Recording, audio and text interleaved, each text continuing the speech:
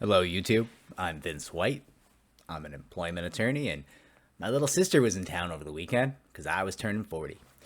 And my little sister mistakenly thinks she's a member of Gen Z. She's not, she's a millennial, but she's very adamant that she is a member of Gen Z. She's 21, she's much younger than me. And she was telling me about how Gen Z had invented so many things, right? They had made social media relevant. Doesn't really make sense to me. The rise of social media happened during the era of the millennials, which she is very adamant that she is not. And, you know, we kind of were talking about some of the other things Gen Z may or may not have invented.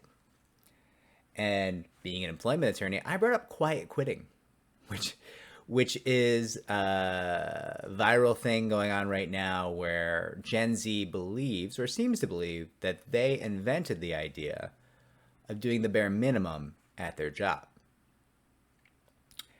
To which I would say we have a lot of historical evidence to the contrary. I would raise TV shows like Married with Children and Roseanne. Roseanne, true trendsetter in many ways. Obviously, her later career has been fraught with issues, but Roseanne was an early woman in comedy. She was crushing it, and she had a TV show in which she had many different jobs, some in retail, some in a diner, right? And she pretty routinely did the bare minimum. Married with Children, that shoe salesman, he did not give a lot of flying F's about that job, right? I think we can agree he did the bare minimum.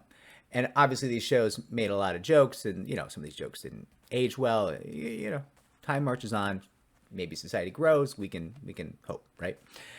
But the point is, those are just some examples from the 80s and 90s of quiet quitting, right? People doing the bare minimum. And I think we can go further back. I think you can go back to like a serf working on a feudal lord's lands who did the bare minimum. Frankly, he was probably drunk all day, right?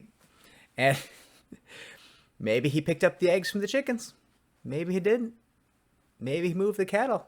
Maybe little boy Blue failed to blow his horn and the cows got in the corn, right? Well, we can pretty much go back to the dawn of time, the first recorded history, and really touch upon some very, very lazy employees.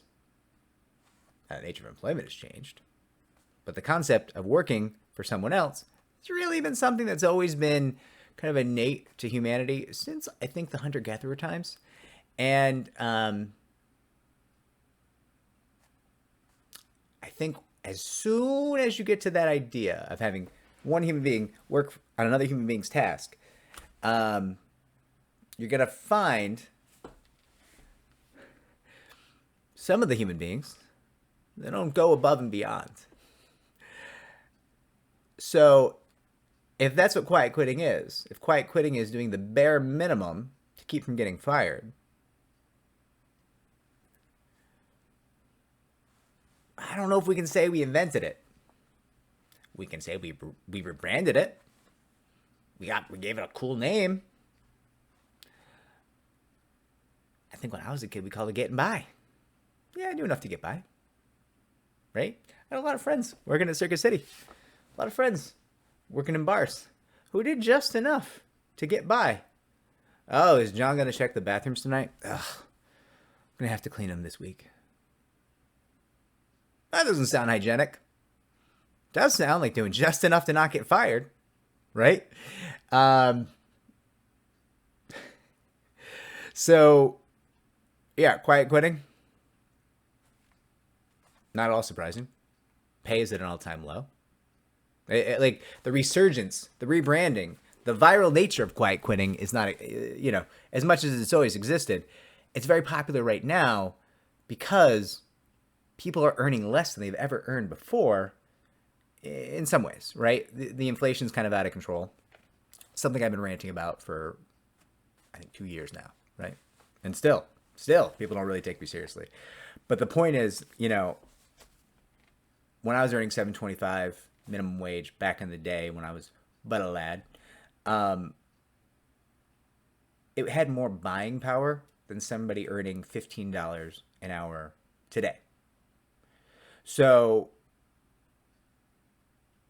it's not surprising to me that somebody earning $15, $16, $17 an hour today, or even more, would just say like, hey, the currency you pay me in doesn't buy as much, right? Like I have to work half an hour to buy strawberries. Thanks for the job. Like half an hour to buy strawberries. It doesn't even make sense, right? Like I still want to do my kind of go through the grocery store and show people what you can actually buy under an hour of federal minimum wage right now in terms of just food in the current environment with things being more expensive. And like we're not talking about like people always like, oh, people buy the iPhones. Rah, rah, rah. Yeah, dude. How about bread? How about milk? Okay? Like, enough already with the bullshit about like, oh, you buy phones. No. People are trying to buy food. People are trying to heat their homes. So when you don't pay them enough per hour to do that, they're going to come up with a cool new name for doing less at work. And I don't fault them for it. You want better employees? Pay better.